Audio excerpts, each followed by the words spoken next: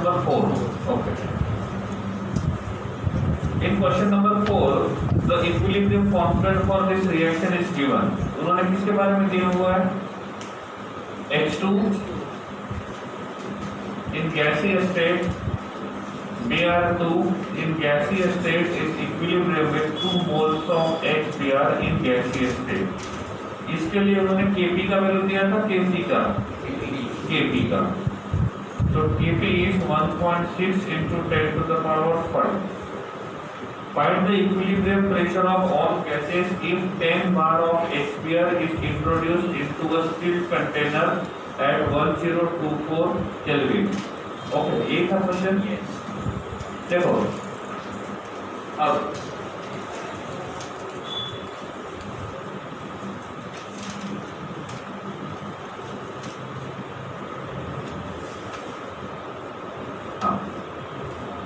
इस क्वेश्चन में जो इक्वेशन दिया है वो क्या है? H2 plus Br2 converted into 2 moles of HBr. इस रिएक्शन के हिसाब से which will be a reactant? H2M and which will be product? HBr. Okay. तो इसका मतलब हम किसको, हमने इस कंटेनर में किसको ऐड किया होगा?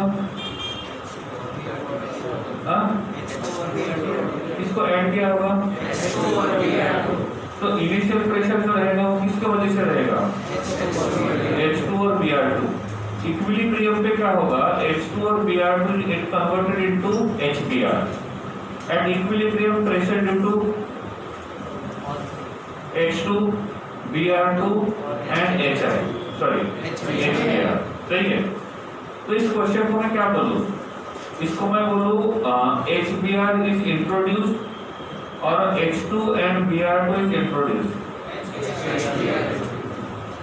यहाँ पे if ये वाला रिएक्शन के हिसाब से जाना है मुझे, तो मैं किसको एज ए रिएक्टेंट करके यूज करूंगा? H2 and Br2. तो उनको हम ऐड कर रहे हैं इस कंटेनर में, और इस कंटेनर में जाने के बाद वो रिएक्शन करेंगे. तो मैंने इस कंटेनर में किसको इंट्रोड्यूस किया? H2M. तो इसको मैं बोलूंगा इंट्रोडक्शन ऑफ H2M Br2 और इंट्रोडक्शन ऑफ HBr. अरे इंट्रोड्यूस करना तो ऐड करना, ऐड करना. किसको ऐड किया मैंने? और ऐड करने के बाद रिएक्शन हमें क्या करना? H2 plus Br2 is converted into HBr. ये हुआ ना? हाँ. तो हमने किसको रिएक्शन में ऐड किया? कुछ नहीं समझ रहा है? अरे सिंपल स्टेटमेंट है. स्टेटमेंट में मैंने ये बोला है कि देखो यहाँ पे मैंने A और B को ऐड कर दिया. यहाँ पे मुझे मिला A, साथ में मिला B और ये मिला AB. इनिशियली किसको ऐड किया? A और B को. इक्विलिब्रियम में क्या मिला? A भी मिला, B भी मिला और AB भी मिला, और सभी के सभी गैसीय स्टेट में है. तो रिएक्शन शुरू होने के पहले जो था वो कौन प्रेशर था? A and B. प्रेशर किसकी वजह से रहेगा? इक्विलिब्रियम में किसकी वजह से रहेगा? तो इसमें मैंने किसको ऐड किया? कंटेनर में मैंने इनिशियली किसको ऐड किया? A और B. AB को ऐड किया, AB को ऐड किया, किसको ऐड किया? तो मैं इसको क्या बोलूँ? Introduction of A and B बोलूँ या इंट्रोडक्शन ऑफ AB बोलूँ? सही है? ओके है. इस रिएक्शन को क्या बोलूँ मैं? Introduction of and formation of. पक्का. तो क्वेश्चन जो दिया है उसके हिसाब से H2 और Br2 को इंट्रोड्यूस करना है और HBr बनेगा इक्वेशन के हिसाब से. क्वेश्चन में क्या लिखा वो पढ़ो.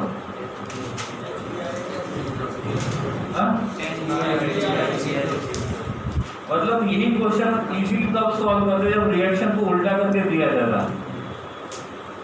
लेकिन क्वेश्चन में जो दिया है उसके अगेंस्ट में उसका उल्टा करके रिएक्शन दिया है. तो पहला काम आपका क्या होगा? रिएक्शन को उल्टा करना. तो रिएक्शन को जब उल्टा करेंगे तो क्या होगा? 2 moles of HBr is converted into 1 mole of H2 and 1 mole of Br2 in gaseous state. हो गया? सही गलत है? तो मैंने इसको फॉरवर्ड रिएक्शन माना, तो इसको क्या बोलूंगा मैं? बैकवर्ड। इसलिए बार बार बोलता हूँ क्वेश्चन को प्रॉपरली पढ़ो, क्योंकि क्वेश्चन एक वर्ड यूज किया था, इंट्रोड्यूस HBr, मतलब हमने HBr को एज ए रिएक्टेंट का भी यूज किया था, लेकिन रिएक्शन ऐसा दिया था उन्होंने कंफ्यूज करने के लिए, जिसमें रिएक्टेंट HBr नहीं था, प्रोडक्ट HBr था। तो उनका कहने का मतलब ये था कि इस रिएक्शन को उल्टा किया, तो Kp का वैल्यू क्या होगा? क्या होगा? 1/1.6 1/1.6 into 10 to the power 5। इसको मैं लिखता हूँ 16 के फॉर्म में, तो 1/16 into 10 to the power 4। समझा नहीं समझा? हाँ, ओके। अब उन्होंने इनिशियल प्रेशर दिया, मोल्स दिए, तो वो जो 10 बार प्रेशर वो किसकी वजह से था? HBr की वजह से, सबकी वजह से। ओके, तो मैं यहाँ पे लिखता हूँ प्रेशर को दो पार्ट में डिवाइड किया, एक को मैंने माना इनिशियल और दूसरे को माना इक्विलिब्रियम। तो इनिशियल प्रेशर कितना था? तो इसकी वजह से प्रेशर कितना रहेगा? 10 बार। तो इनका प्रेशर रहेगा 0, इनका प्रेशर रहेगा 0, टोटल प्रेशर कितना रहेगा? 10 बार। क्या उन्होंने DOD दिया है?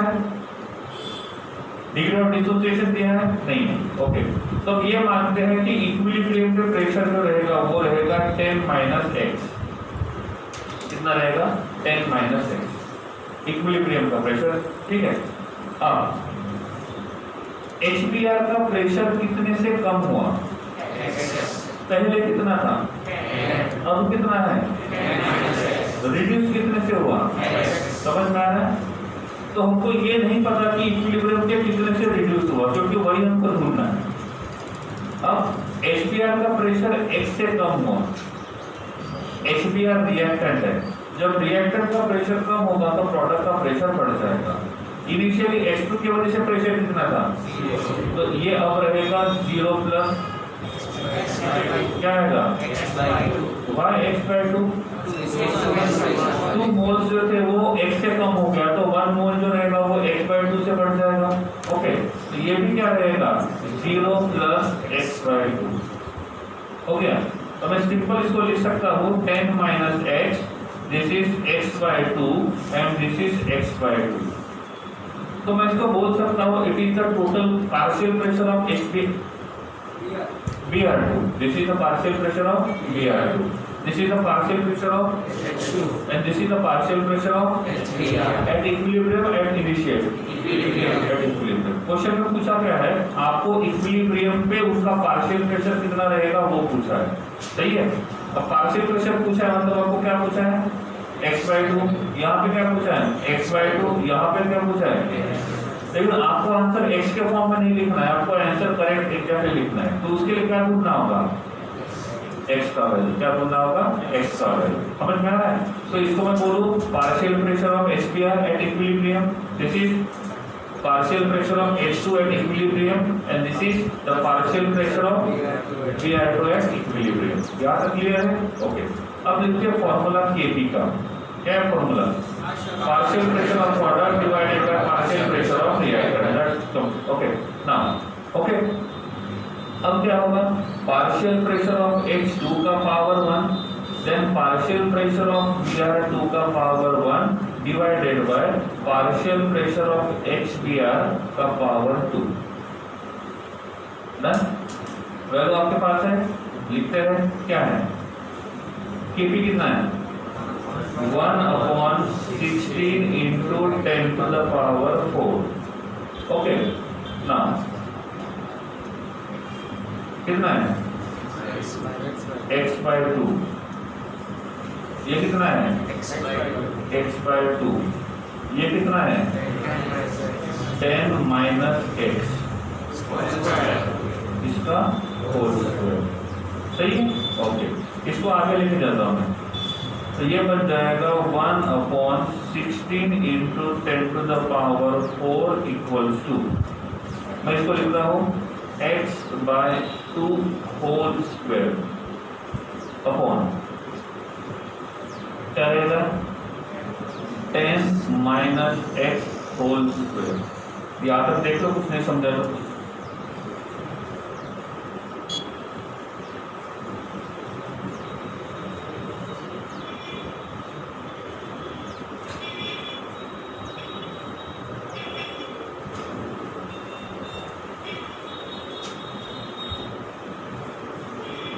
ठीक है, अब इधर का स्क्वायर निकालना है तो इसका क्या करना पड़ेगा, रूट। सही है, तो क्या बनेगा 1 upon root of 16 into 10 to the power 4 equals to X by 2 upon 10 minus X. ये क्या बनेगा 1 upon 4 into 10 to the power 2 equals to X by 2 upon 10 minus X. Okay, ठीक है। अब क्रॉस मल्टीप्लिकेशन करो, उससे क्या मिलेगा, x मिलेगा। चलो ढूंढो जल्दी, और मुझे पहले आप x की वैल्यू बताओ। जैसे x की वैल्यू मिल जाएगी मुझे इंडिकेशन कर देना है कि सर x का वैल्यू मिल गया।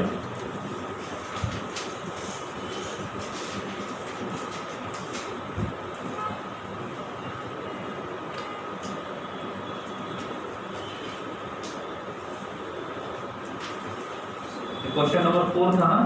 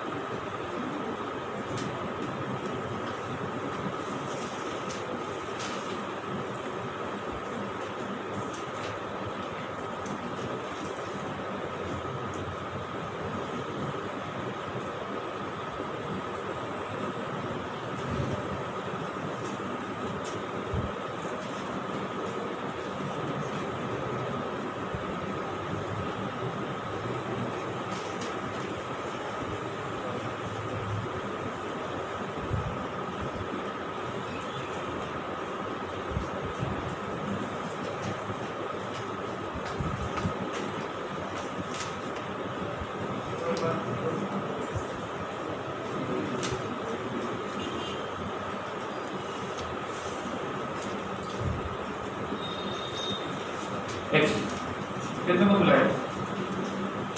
ओके, जो कल सॉल्व किया था उनके अलावा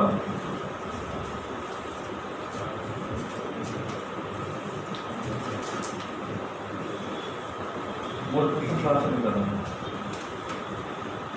बोर्ड तो दी नहीं, बोर्ड तो दी नहीं।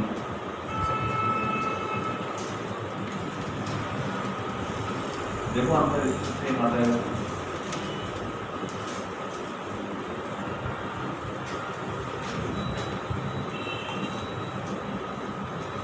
Okay, what is the value of x? 0.049। Okay, इतना ही लेते हैं, ठीक है। इधर ध्यान दो। तो this is the value of x। Okay, question is that partial pressure of HBr क्या रहेगा 10 माइनस 0.049 कितना आएगा 9 0.951. So this is the partial pressure of HBr. Okay. Now partial pressure of Br2 is 0.049 divided by 2 equals to 0.0245.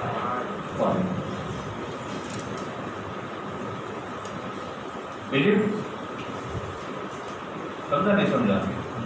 देखो इस question की खासियत ऐसा नहीं कि क्वेश्चन सॉल्व नहीं कर सकते थे। इफ आपको रिएक्शन ये दिया जाता तो आपको इतना पूछने की जरूरत ही नहीं थी, सही है। लेकिन क्वेश्चन में कहा कुछ और है और रिएक्शन में दिया कुछ और था। अब इसमें कौन सा कंसेप्ट यूज करना है?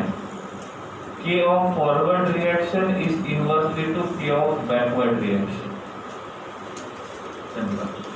समझे? और इसलिए मैं हमेशा आपको बोलते रहता हूँ, ये 10th नहीं है, 11th 12th है। इतना इजीली नहीं बताते हो डायरेक्ट आपको करना क्या है। स्टार्टिंग के क्वेश्चन बहुत इजी थे, सिंपल सी बात है। क्वेश्चन आपको आता है लेकिन क्वेश्चन में एक वर्ड ने चेंज कर दिया। इंट्रोड्यूस किसको किया? HBr को, या तो रिएक्शन उल्टा दिया तो हो जाता। Next question number 5।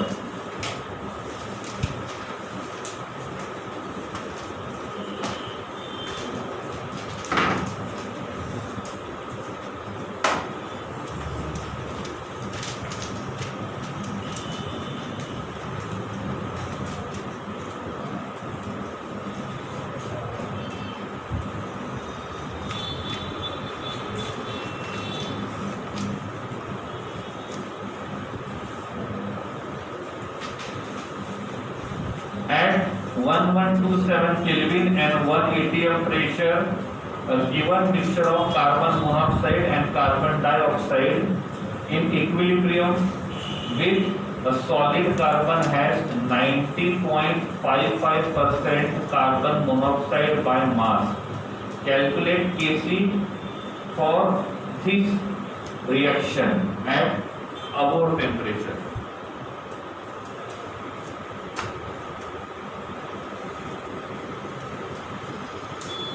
तो मैं लिख सकता हूँ कैलकुलेट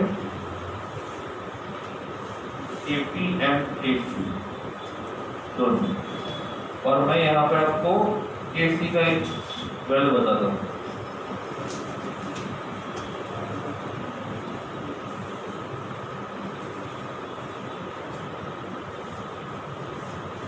ठीक है, तो Kp और Kc आपको दोनों ढूंढने हैं।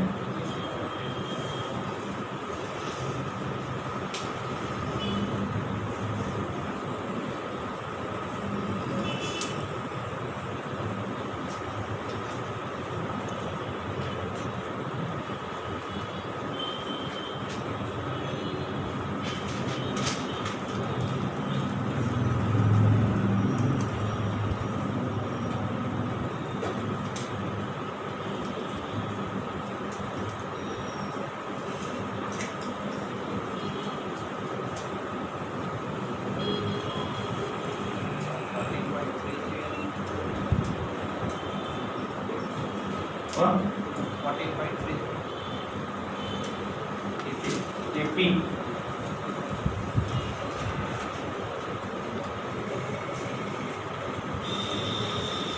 14.19।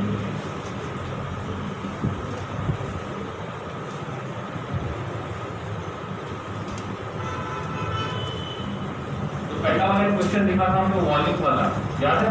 और उसका सेकंड था आयोडीन वेपर वाला था ना। क्वेश्चन उसके जैसा ही है, लेकिन फर्क कितना है, उसमें वॉल्यूम का परसेंटेज दिया था, इसमें मास का परसेंटेज दिया है। तो दोनों क्वेश्चन तरीका सेम है, मतलब क्वेश्चन तो सेम है, इसका मतलब ये नहीं कि सेम तरीके से जाना, लेकिन आप सेम तरीके से शुरू कर सकते हो। तो जैसे हमने वो शुरू किया था उसके हिसाब से आप इसको शुरू कर सकते हो।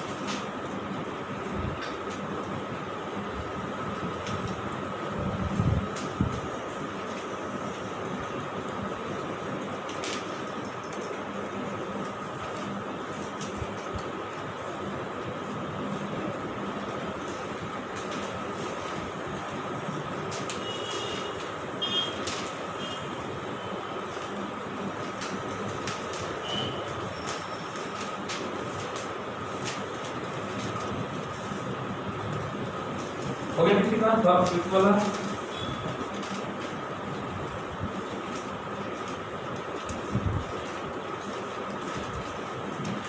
आपके पास दोनों तरीके हैं, केपी और केसी।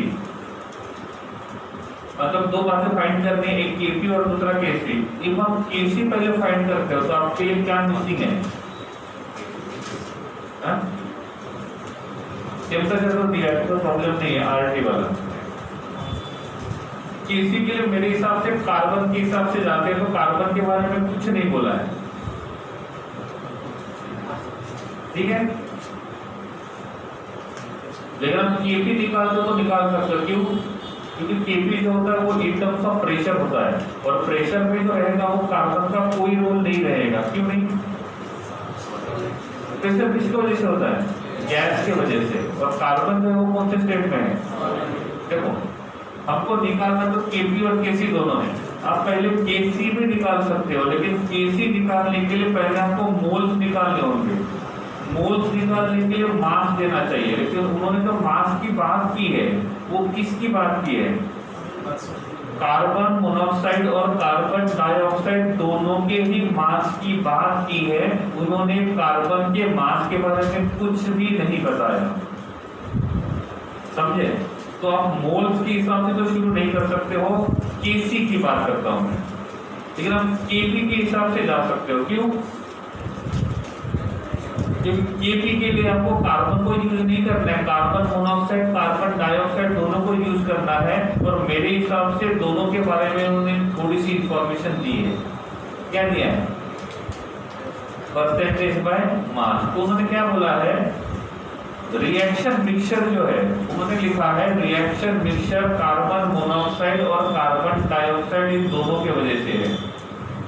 और उस टोटल रिएक्शन मिक्सचर को 100% मानते हैं। किसको किसको? कार्बन मोनोऑक्साइड और कार्बन डाइऑक्साइड को। तो टोटल 100% में से कार्बन मोनोऑक्साइड का मास कितना परसेंट है? तो आपने टोटल मास लिया 100 ग्राम, तो कार्बन मोनोऑक्साइड का मास कितना होगा? 90.55 ग्राम। तो बचा कितना? 9.45। वो किसका मास रहेगा? कार्बन डाइऑक्साइड का। क्योंकि उनने इंफॉर्मेशन देने के टाइम पे कार्बन का कहीं पे भी मतलब उनके बारे में कोई इंफॉर्मेशन नहीं दी है। तो जो भी इंफॉर्मेशन है वो कार्बन मोनोऑक्साइड और कार्बन डाइऑक्साइड के बीच में है, मतलब गैसियस सब्सटेंस की ही इंफॉर्मेशन दी है। और इसलिए मेरे हिसाब से पहले केपी निकालना इजी होगा। और एक बार आपको केपी मिल जाएगा तो फॉर्मूला क्या है? केपी इक्वल्स टू केसी का पावर रहेगा KP equals to KC into RT का पावर रहेगा डेल्टा एच। ऐसे हो जाएगा। ट्राई करो एक बार।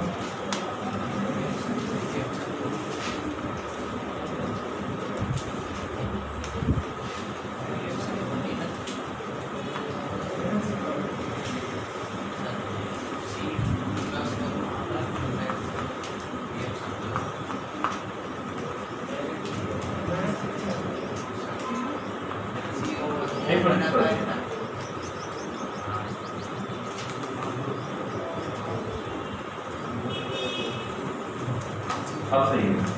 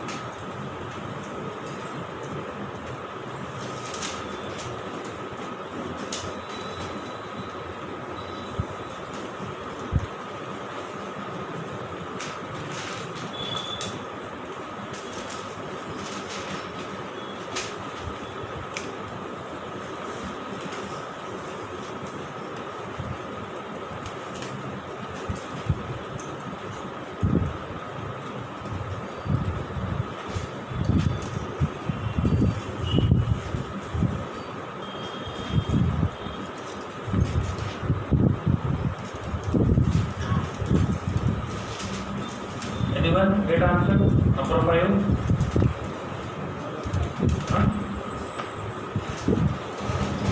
स्टार्टिंग तो सही थी, क्यों नहीं आ रहा है?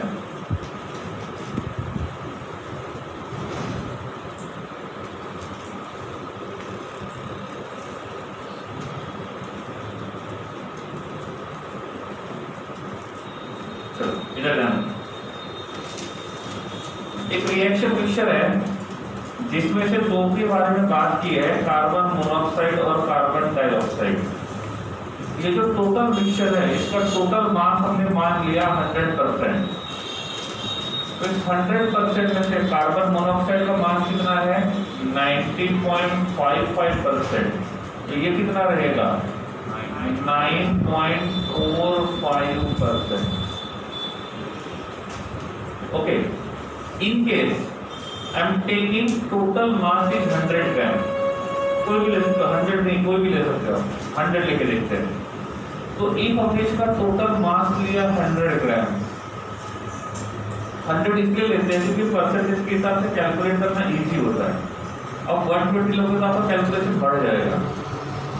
तो इसका मास कितना होना चाहिए? 90.55 ग्राम। तो ये कितना रहेगा? 9.45 ग्राम। ओके ठीक है। अब देखो हमको केपी ढूंढना है, तो केपी के लिए हमको पार्शियल प्रेशर और टोटल प्रेशर पता होना चाहिए। टोटल प्रेशर कितना है? 1 atm। तो इसकी बात तो क्लियर हो गई। अब बचा क्या? Partial pressure. तो टोटल प्रेशर से पार्शियल प्रेशर निकाल सकते हैं, लेकिन उसके लिए पता क्या होना चाहिए? Mole fraction. और मोल फ्रैक्शन निकालने के लिए पता होना चाहिए नंबर ऑफ मोल्स, और नंबर ऑफ मोल्स पता होने के लिए पता होना चाहिए मास और मॉलिक्यूलर मास। समझा? क्वेश्चन यहाँ पे खत्म होगा, लेकिन आपको क्वेश्चन यहाँ से शुरू करना है। इसके पहले के जो क्वेश्चन थे वो या तो यहाँ से शुरू होते थे या तो यहाँ से शुरू होते थे। अब जितना हमने पढ़ा था ये क्वेश्चन उससे एक स्टेप पीछे है, तो आपको एक स्टेप पीछे से शुरू करना है। मतलब परसेंटेज से मास निकालना है। मास है, मॉलिक्यूलर मास पता रहेगा तो नंबर ऑफ मोल्स मिलेंगे। नंबर ऑफ मोल से आप मोल फ्रैक्शन फाइंड करोगे। मोल फ्रैक्शन से आप लोग पार्शियल प्रेशर फाइंड करोगे और पार्शियल प्रेशर से आपको केपी मिलेगा। बस 2 मिनट का टाइम आपके पास है, कर सकते हो तो कर लो, फिर मैं बता दूँ।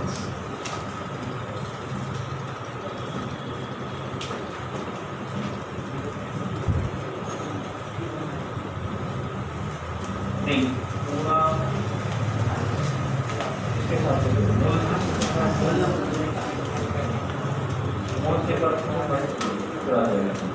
सही है, मतलब आसपास है।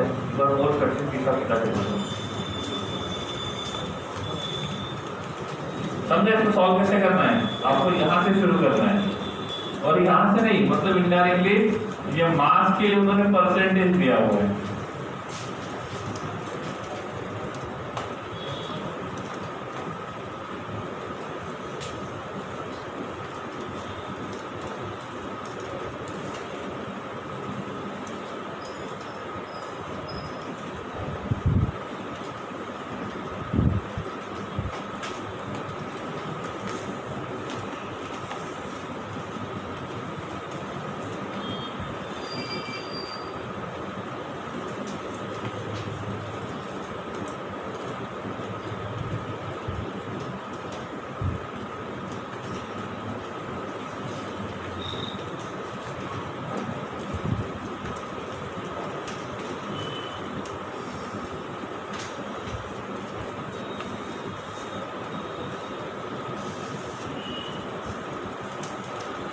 लास्ट 1 मिनट आपके पास है।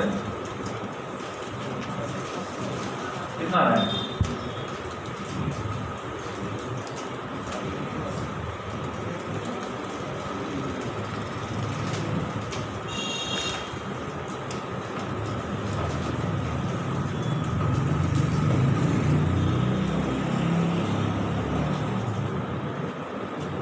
ठीक है, चलो इधर ध्यान दो।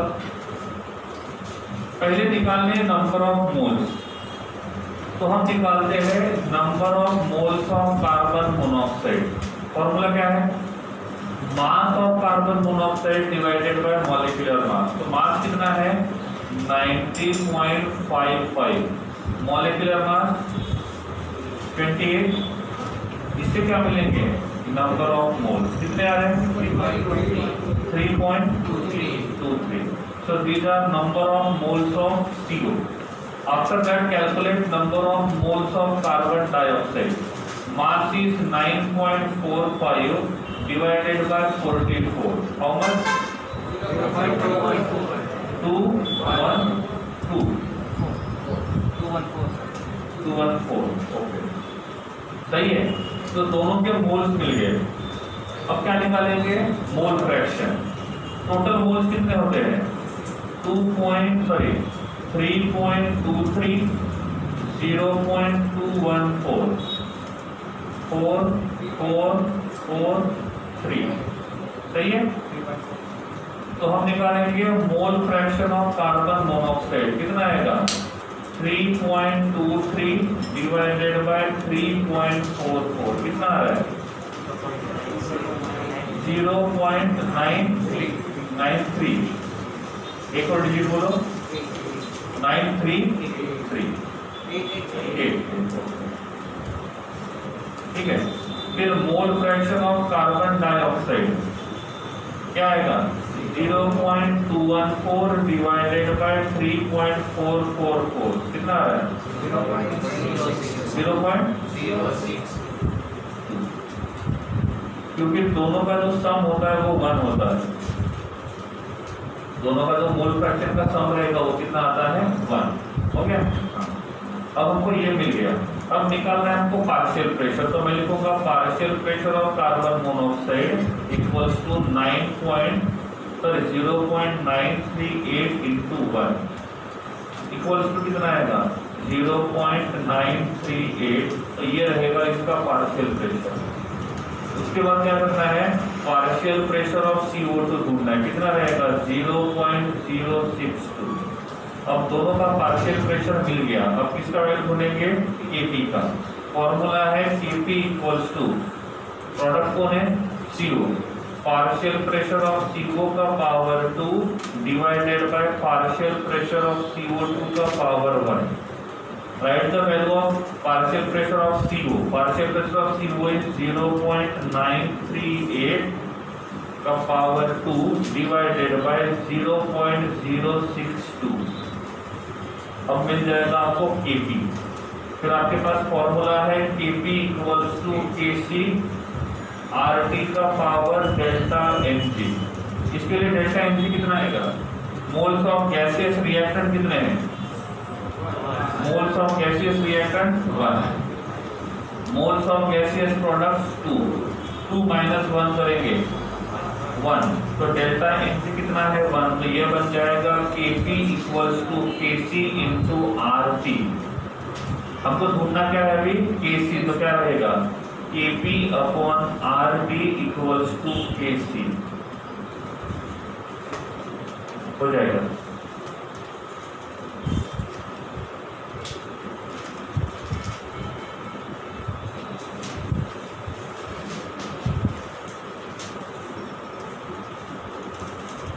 आफ्टर दैट ये वाला सॉल्व करना है। इसके लिए ये क्वेश्चन यहाँ तक है। ठीक है।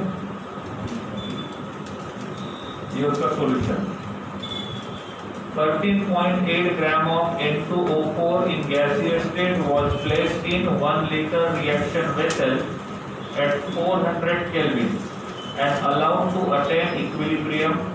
The total pressure at equilibrium was found to be 9.15 bar. Then calculate Kp and Kc. The reaction is given.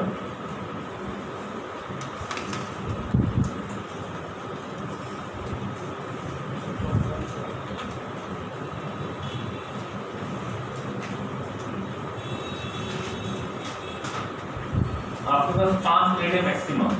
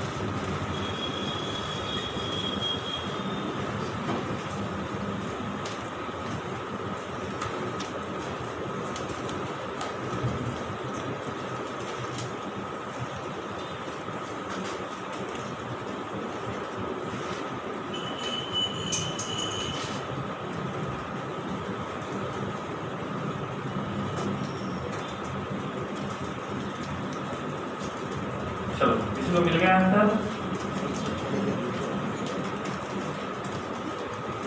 इधर ध्यान दो।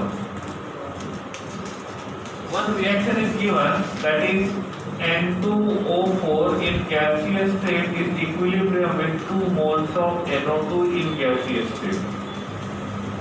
इस क्वेश्चन में जो दिया है वो है N2O4 का मास। पूछा क्या है? क्या पूछा है? Kp। तो पहले Kp के बारे में सोचते हैं। if Kp दिया है तो हमको पता क्या होना चाहिए? Partial pressure. किसका? दोनों का। पार्शियल प्रेशर पता रहेगा तो टोटल प्रेशर के साथ हम क्या करेंगे? कंपेयर करेंगे। क्या इन्होंने टोटल प्रेशर दिया हुआ है? कितना है? तो 9.15 बार जो ये टोटल प्रेशर है और ये उन्होंने दिया है। अब टोटल प्रेशर दिया है तो आपको ये पता होना चाहिए कि उसका इंडिविजुअल प्रेशर कितना होगा। तो इंडिविजुअल प्रेशर मतलब पार्शियल प्रेशर। तो पार्शियल प्रेशर निकालने के लिए क्या पता होना चाहिए? Mole fraction. अब मोल फ्रैक्शन पता होने के लिए उन्होंने बोलना चाहिए कि इसका मास कितना है, उसका मास उतना है। उन्होंने बस एक का मास दिया है। किसका? अब ये भी बोला था ना ये 40% 50% है, 40% 60% तो निकाल लेते हम लोग। उन्होंने ऐसा भी नहीं किया है। इसका मास दिया है और इसका कुछ नहीं दिया है। अब एक का मास दिया है दूसरे का नहीं दिया है तो हमको ये फाइंड करना मुश्किल होगा कि उसका मास कितना रहेगा। सही है? तो पार्शियल प्रेशर थोड़ा सा यहाँ पे डिफिकल्ट होते लग रहा है। मतलब पार्शियल प्रेशर से बात नहीं बनेगी तो आगे क्वेश्चन सॉल्व नहीं होगा। हाँ, एक और बात, क्या उन्होंने इनिशियल प्रेशर दिया हुआ है? इनिशियल प्रेशर दिया हुआ है। सपोज मैंने मान लिया कि initial pressure was 10 bar initial pressure, तो ये कितना होता? 0। तो इक्विलिब्रियम पे क्या होता? 10 माइनस x, मतलब रिएक्टेंट का प्रेशर कितने से कम हुआ? x। तो इसका प्रेशर कितने से बढ़ेगा? ये बन जाएगा 2x। तो इक्विलिब्रियम पे टोटल प्रेशर कितना होगा? 10 minus x plus 2x equals to 10 plus x। और उन्होंने इक्विलिब्रियम का प्रेशर दिया है कितना? 9.15। सही है? तो इससे क्या मिल जाएगा? x, और x का वैल्यू यहाँ पुट करेंगे तो इसका पार्शियल प्रेशर मिलेगा, फिर इसका पार्शियल प्रेशर मिलेगा। लेकिन ये तब ना, ये तो हाइपोथेटिकल वैल्यू लिया है हमने, ये तो दिया नहीं है। तो या तो ये देते कि उसका इनिशियल प्रेशर कितना है तो बात आसान हो जाती, लेकिन उन्होंने वो भी नहीं दिया है। रिएक्टेंट का इनिशियल प्रेशर नहीं दिया। ये वो दे दे तो हो सकता है इस तरीके से।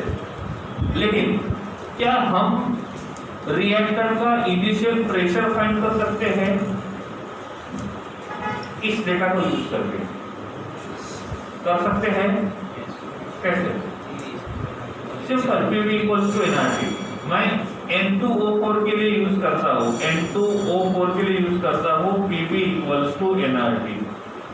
मुझे N2O4 का प्रेशर निकालना है तो फॉर्मूला क्या बनेगा? P equals to NRT upon V।